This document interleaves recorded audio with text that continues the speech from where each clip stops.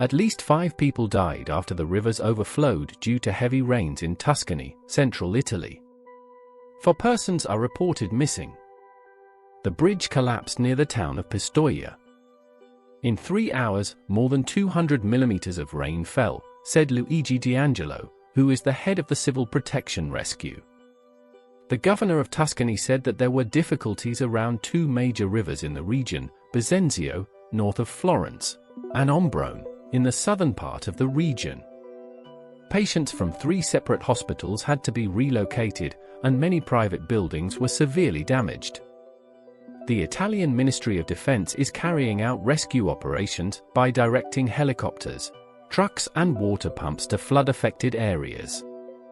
On Thursday, Western Europe was also covered by the storm Siaran, which resulted in the death of 6 people, closed schools, airports and railway lines.